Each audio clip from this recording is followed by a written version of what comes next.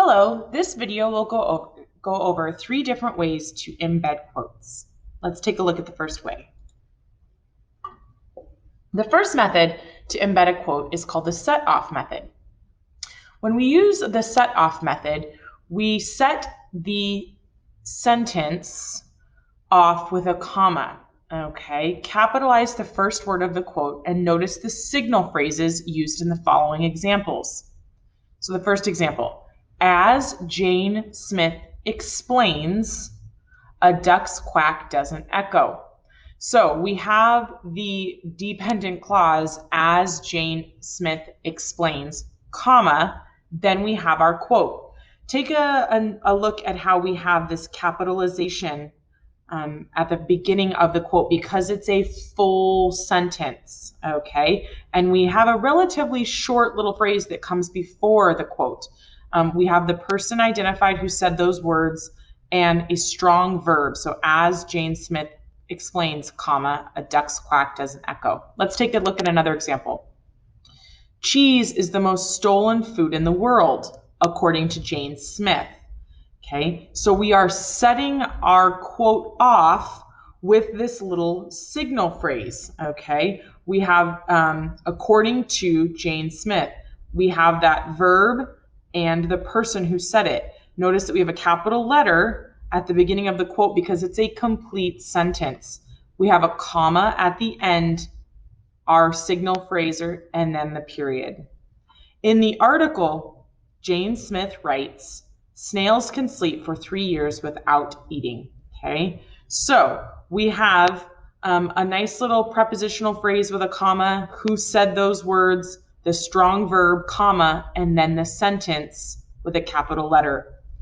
Dolphins, as Jane Smith notes, have highly developed emotion centers in their brain, okay? So notice that this phrase is actually embedded in between bits of the quote, okay? We have a capital letter because it's the beginning of the quote sentence. Then we have a comma, our signal set off phrase, Jane Smith notes, then another comma. We don't need a capital letter on this side of the quote because it's not a proper noun. We have our subject over here, or the first word of the sentence, dolphins have highly developed emotional centers in their brain, and then a period at the end. Let's take a look at the next way that we can embed a quote. The next method is the build-in method. The build-in method takes quotes and builds them seamlessly into the sentence, okay? They are not set off with commas and usually use the word that along with a signal phrase, okay? Do not capitalize the first word of these quotes. So take a look. In the interest of animal sleeping habits, Jane Smith proposes that dolphins sleep with one eye open, okay? Because we've added the word that, we don't need a comma and we don't capitalize that first letter. What I like about the build-in method, folks, is that we get a lot more information before the quote that gives us a little bit of context about the quote itself. So in the interest of animal sleeping habits, Jane Smith proposes that dolphins sleep with one eye open. This extra bit of information that we get in the build-in method of quotes, embedding quotes, allows us to think about the quote in a specific way. Okay, we're thinking about animal sleeping habits. Let's take a look at the next example. Jane Smith points out in her article about the sun that only 55% of all Americans know that the sun is a star, okay? So notice that we still have Jane Smith points out, comma, okay, in her article about the sun that only 55%. So notice that this extra information that we get here, that build-in sort of gives us that context. We as the reader know that this article is about the sun. This isn't something that's from a documentary. It's not something that was read in a textbook, but it's in an article. Notice that on both of these quotes, folks, we still have the person who said that information and we have that strong verb. So Jane Smith proposes, Jane Smith points out, but we're adding that word that, okay, no comma, and creating one fluid sentence with the quote. So one continual idea. All right, the last way to embed a quote is introducing a quote with a colon. The most important part of embedding a quote with a colon is that we have to have a complete sentence before the quote.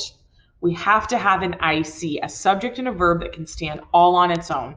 Then we embed our quote, and that quote also needs to be a complete sentence. Okay, we capitalize the first letter of the quote. We want to make sure that the sentence that we are writing before the quote gives us some information about the quote in order for us to understand that quote a little better. So take a look at the examples. In her book about pets, Jane Smith discusses the benefits of owning a dog. Dog owners are likely to suffer from depression and have less likely to suffer from depression and have lower levels of stress than people who do not own dogs. So notice this whole part of the whole quote embedding with a colon. We have a whole sentence that gives us context. Jane Smith discusses the benefits of owning a dog. Who? Jane Smith. What does she do? Discusses. What does she discuss? Benefits of owning a dog. Okay. And then the quote modifies or gives us more information about the benefits of owning a dog. Okay. It's also nice that we have these couple of prepositional phrases in her book about pets. Gives the reader more context. The more context that we can give a reader, the better that they will understand us and our ideas in writing. Let's take a look at the second example. Jane Smith argues that there are many good reasons for consuming dark chocolate. Dark chocolate contains many antioxidants, lowers blood pressure, and is high in vitamins and minerals. Okay, so we have that complete sentence before the quote, and that complete sentence gives us a little information before we get to that quote. Subject, Jane Smith. What does Jane Smith do? Argues. What is she arguing? There are many good reasons for consuming dark chocolate. Then the quote explains what those good reasons are. Dark chocolate contains antioxidants, lowers blood pressure, and is high in vitamins and minerals. Okay, so it modifies or gives us more information in terms of this sentence that precedes the quote. Okay, so I hope you learned 3 different ways to embed quotes. Feel free to come back to this video anytime in order to review these concepts.